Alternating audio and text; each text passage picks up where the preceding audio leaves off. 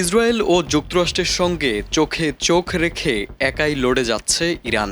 ইরানকে দমাতে পারমাণবিক অস্ত্র ছাড়া সবকিছুই ব্যবহার করে ফেলেছে যুক্তরাষ্ট্র ও ইসরায়েল, কিন্তু কোনোভাবেই থামছে না তেহরান।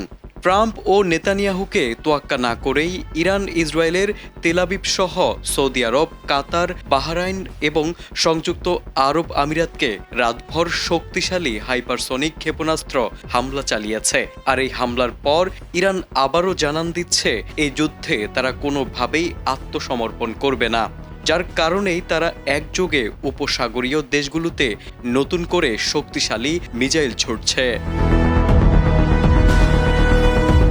যুদ্ধের এমন পরিস্থিতিতে ইরানের সবচেয়ে বেশি ক্ষতি হলেও নাকানি চুবানি খাচ্ছে ট্রাম্প ও নেতানিয়াহু। ট্রাম্প গণমাধ্যমের সামনে এই যুদ্ধে নিজেদেরকে বিজয়ী ঘোষণা করলেও তার মুখের ফাঁকা বলি কেউই শুনছে না।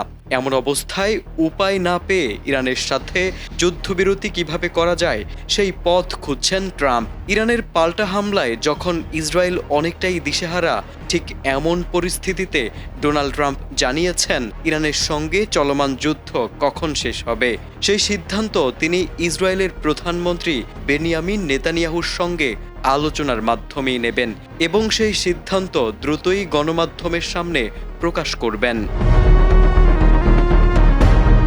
কাতার ভিত্তিক সংবাদ মাধ্যম আল জাজিরা জানিয়েছে, সোমবার ভোররাত 3:15টার দিকে দোহার আকাশে অন্তত 12টি বিকট বিস্ফোরণের শব্দ শোনা গিয়েছিল। কাতারের প্রতিরক্ষা ব্যবস্থা বেশ কিছু মিসাইল ভূপাতিত করতে সক্ষম হলেও জনমনে বিরাজ করেছে চরম আতঙ্ক। অন্যদিকে বাহরাইনের সিত্রা এলাকায় ইরানি ড্রোন হামলায় নারী ও শিশুসহ অন্তত 32 জন আহত হওয়ার খবরও পাওয়া গেছে। সংঘাতের এই উত্তাপ থেকে বাদ যায়নি জ্বালানি সমৃদ্ধ দেশগুলো।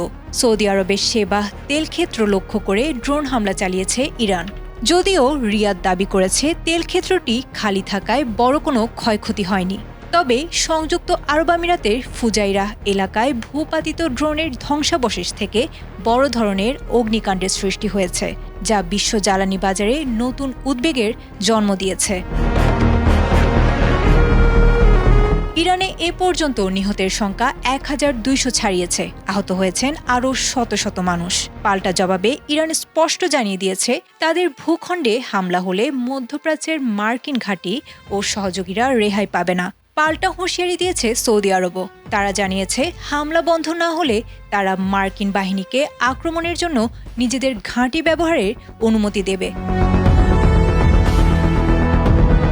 কূটনৈতিক বিশ্লেষকদের মতে, এই বহুমুখী আক্রমণ মধ্যপ্রাচ্যের দীর্ঘদিনের ছায়াযুদ্ধকে এক ভয়াবহ ও প্রকাশ্য যুদ্ধের দিকে ঠেলে দিয়েছে। এই অস্থিতিশীলতা কেবল আঞ্চলিক নিরাপত্তা নয়, বরং বৈশ্বিক অর্থনীতিকেও দাঁড় করিয়েছে এক গভীর সংকটের মুখে। আয়েশা আক্তার, এটিএন বাংলা।